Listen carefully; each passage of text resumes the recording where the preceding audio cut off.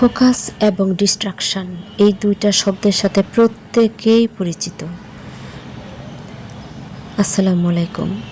একটা বড় ভিডিও নিয়ে আপনাদের সাথে হাজির হয়ে গেলাম। ফোকাস এবং ডিস্ট্রাকশন এই দুইটা আমাদের জীবনে এত বেশি অঙ্গাঙ্গিভাবে জড়িত যে প্রতিদিনই আমরা ফোকাসড হচ্ছি কোনো বিষয়ে, আবার ডিস্ট্রাক্টও হয়ে যাচ্ছি। বড় থেকে ছোট পর্যন্ত প্রত্যেকের মধ্যে এই দুটা জিনিসই কাজ করে সর্বদা। দেখেন, আমি যখন এই ভিডিওটা ধারণ করছিলাম তখন প্রথম থেকে শেষ পর্যন্ত এত বেশি ফোকাসড ছিলাম এর মধ্যে যে আমি আশেপাশে কে কথা বলতেছে নাকি আমাকে বলতেছে কোন কাজ করে দেওয়ার জন্য কি নাকি কিছুই বলতে পারবো না, শুধু আমি এটার দিকেই তাকিয়েছিলাম। অনেক বেশি ফোকাসড ছিলাম এই ভিডিওটার দিকে।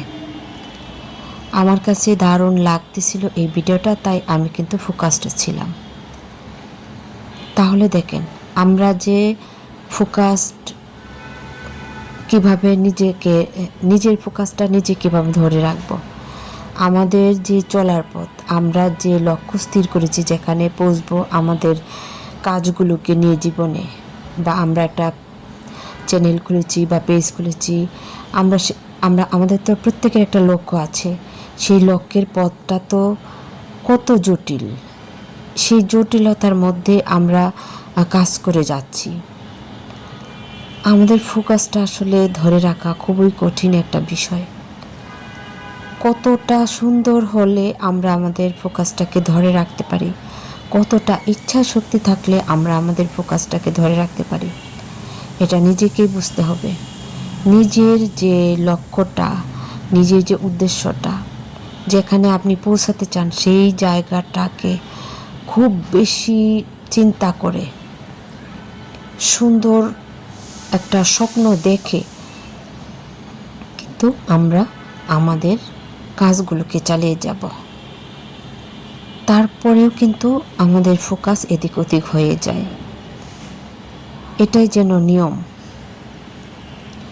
আর দেখেন, আমাদের অনলাইনের কথাই ধরেন, আমরা আমাদের সাবজেক্ট রিলেটেড বা আমাদের পেজ রিলেটেড বা চ্যানেল রিলেটেড যে ভিডিওগুলো দেখব, সেখানে যখন প্রবেশ করি তখন অন্যান্য ভিডিও এসে হাজির হয়, অন্যান্য টপিক্সের ভিডিও আসে আমাদের সামনে।